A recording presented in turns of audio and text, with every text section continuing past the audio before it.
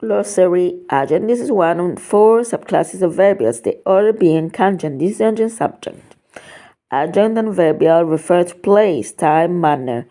In a marked position are found in the sentence position. For example, the adjunct of place on his balcony. In the sentence, the king will lean on his balcony. Frequency adjuncts are hour, usually found in medial sentence position.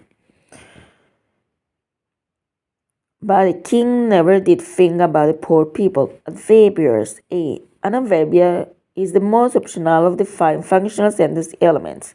The other elements being subject, verb, object, complements. The term adverbial is functional one, and adverbials may take in the form of a single word, a phrase, or even a clause. Adverbials typically express place in the backyard, time, at night, or manner, with a jam sandwich. Auxiliary verbs. These were from the tenses, moods, and voices of other verbs, the most common being to be, to have, to do. Modal verbs such as can, must, may, should are also included in this category. Classifier can be either an adjective, golden, or a noun, sick, which identify the class or the kind of the following noun as in a golden waistcoat, silk shirt. Classifiers do not have a comparative superlative form. Clause stands at the next hierarchical level to a sentence. In the traditional grammar sense, a clause has its own subject and finite verb. It's part of a larger sentence. In the following sentence,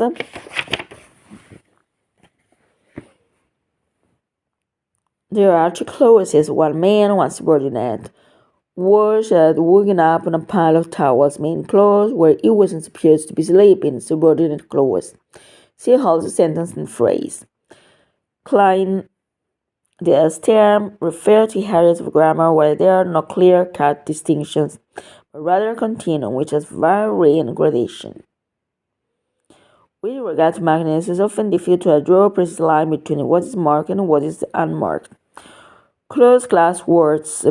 This term refers to a class of words to which new words are rarely or never added. For example, articles, prepositions, frequency, and adverbs.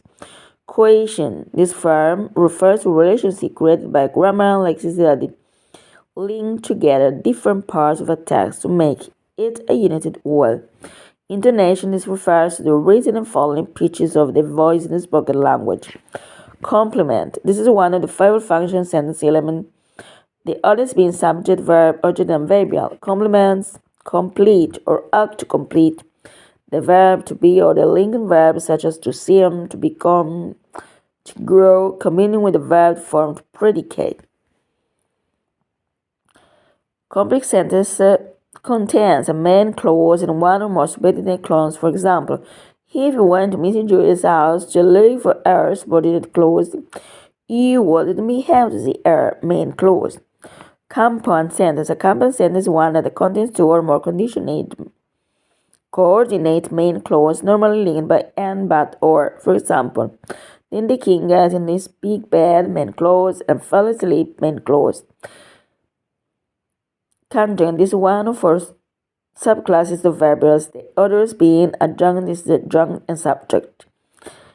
A conjunct is an adverbial that has a cognitive function, as in 4 stars in the sentence. 4 stars, Miss Jill was very small. Copular verbs. These were linked subject and complement, especially the verb to be. For example, the verb were. In no words, Miss Jill were rich. Other common copular verbs are to look, to sound, to feel, to see. Context. Term context has wider implication than context because it involves conditional both inside and outside the text. The remaining different definition of context always describes context in terms of feel, tenor, and mood. Collins Cabell Dictionary 1995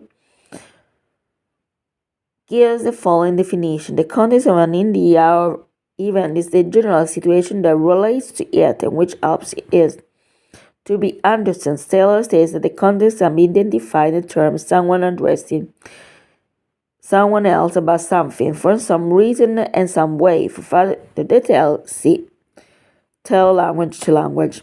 Context still refers to all the linguistic elements to be found anywhere within the same text. Deictic, deixis, the terms deictic, adjective, and deixis, noun, refer to a word or expression whose meaning depends on the context in which it is used. Such a context can be extra-linguistic, time and place, or in the context. Deictic elements are often called pointing words. For demonstrative, these, that, these, those are deictics. These and these pointing to what is here and now, while that and those point to there and then. Other words commonly included in this category are today, yesterday, and tomorrow, and the personal pronouns. Demonstrative. There are four demonstratives, that, these, those, which can function as an adjective or pronouns. They are used to refer to people or things in relationship to the message sender or receiver. The following example demonstrative that refers back to the chicken soup. On the top of the pair of the knickers was a bean pan of chicken soup. I'll eat that, said Wash.